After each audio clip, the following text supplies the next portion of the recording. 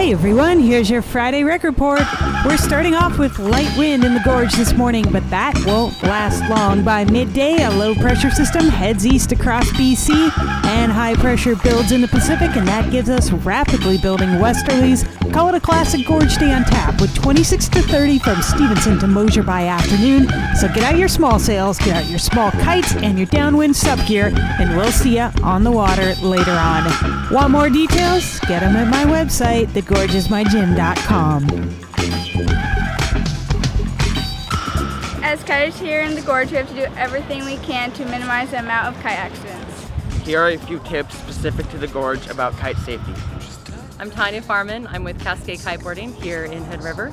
It's really important when you arrive to Hood River that you take a look at the forecast and really educate yourself on the conditions here and the different weather systems, because we do have different weather systems that come in.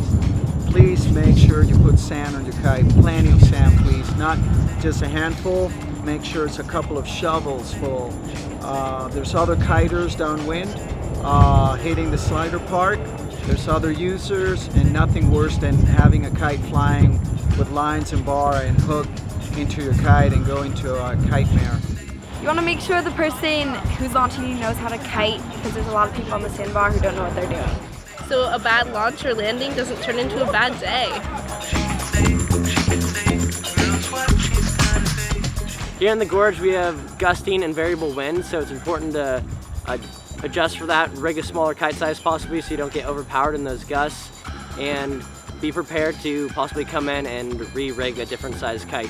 So when you're launching your kite, it's important that you get onto the water as quickly as possible. When your kite's just up and flying in the air, it's a hazard for other people trying to launch and land their kites. It's best to keep your kite at a lower angle than right above your head at 12 o'clock, which could cause the kite to Hindenburg.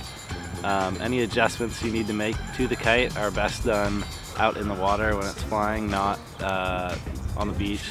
Okay, so specifically with regards to launching and landing at our area here, we're really lucky to have this giant sandbar, and please be aware that it is a launching and landing area. It's not for riding right there, so I like to tell everybody just launch and leave. Throw your big tricks out in the deep water, not in front of the area so we don't have collisions, kite tangles, etc. Never kite inside of the white buoys because you're a hazard to beachgoers and little kids. And if people are kiteboarding in and out of that, it makes it a little bit more difficult for beginners or for the locals to actually come in and out.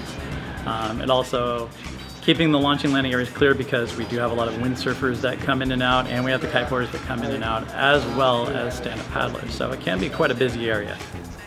It's very important that we keep the walkway clear between the event site and the sandbar, because there's young children often playing there, which we're trying to avoid.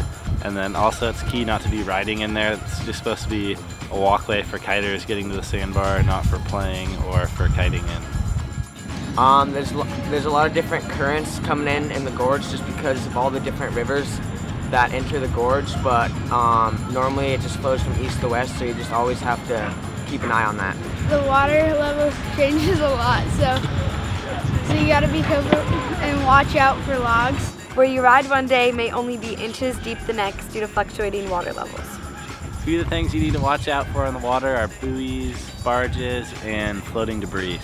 Barges come through the Gorge every once in a while throughout the day, and you have to really be careful when they come through, because if you get stuck in front of them, it can be a dangerous situation. They won't stop for you, they won't turn for you, so it's your responsibility for you to get out of their way. It's important when you're out kiting in the Gorge to keep an eye out for windsurfers and stand-up paddleboarders. They're less maneuverable than you, so it's more important for you to avoid them and make sure that you're out of their way. If you decide to take lessons in Hood River, make sure it's through a school approved by the port. Be smart, head out in the middle of the river, then throw your big tricks, and come ask any of the shops for advice. Everybody's very cool here about that. Be smart, be safe, be responsible.